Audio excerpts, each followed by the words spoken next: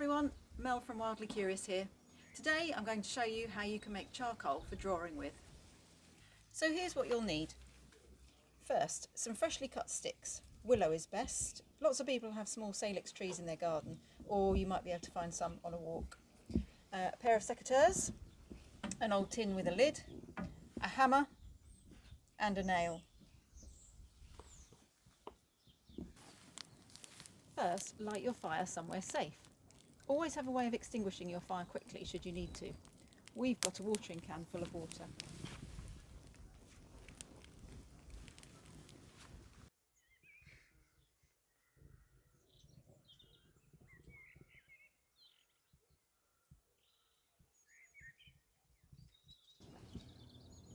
Peel your bark off of your willow.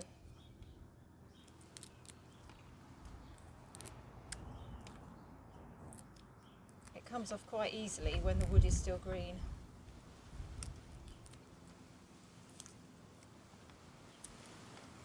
Do this for all the pieces. Next, you need to make 2 holes in your tin lid. I'm just using an old nail here. 1.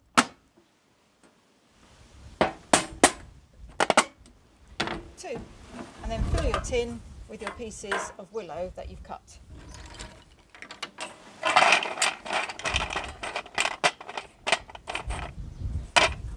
And then replace the lid tightly.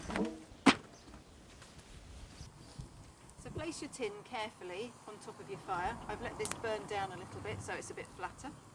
I'm wearing gloves for this as well.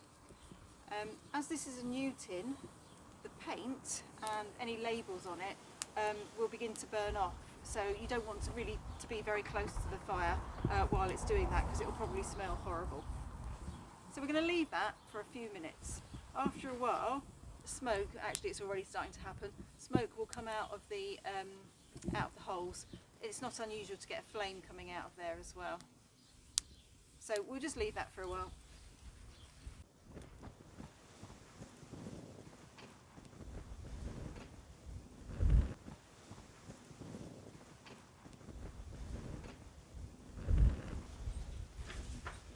After a while, smoke and flames stop coming out of the holes.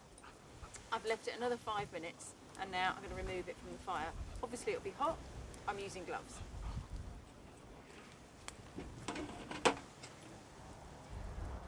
I'm going to leave it there for about 15 minutes to cool down. If you open the lid too soon, what will happen is the oxygen will flood in and it will immediately start to combust the wood that's in there. This is pretty much how charcoal has always been made, just on a smaller scale. Traditionally, logs were put into a mound and then covered with soil. A fire was lit in the central area, called the chimney, and then plugged to stop any more air from getting in. If a crack appeared in the soil covering, the charcoal maker would have to quickly patch it. Charcoal makers sat on one-legged stools to stop them from falling asleep. The process of making charcoal is called pyrolysis, the heating of wood without any oxygen. Okay, so it's time to open our tin and have a look. It's been cooling now for about 15 minutes, which should be about long enough. Let's take the lid off.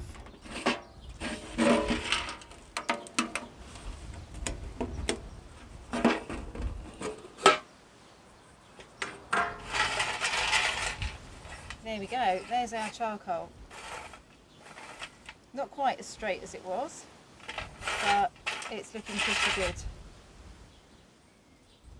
You can either draw with your charcoal sticks straight away or make them into something resembling a pencil.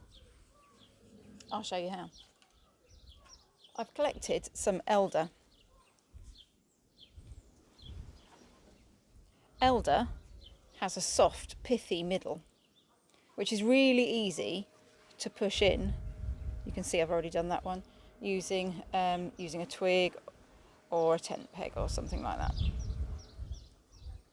It leaves a nice hole in there. What we're going to do next is split that very slightly. I'll show you how. So what I'm going to do is I'm going to split this in half using a knife and a very small mallet. Just line it up properly with really gentle taps. don't want to go very far at all. And then I'm going to turn it round and do exactly the same. So it's like that. Right, then I'm going to get my piece of charcoal. These are a little bit long, so I'm just going to snap it. And then I'm going to poke that down there.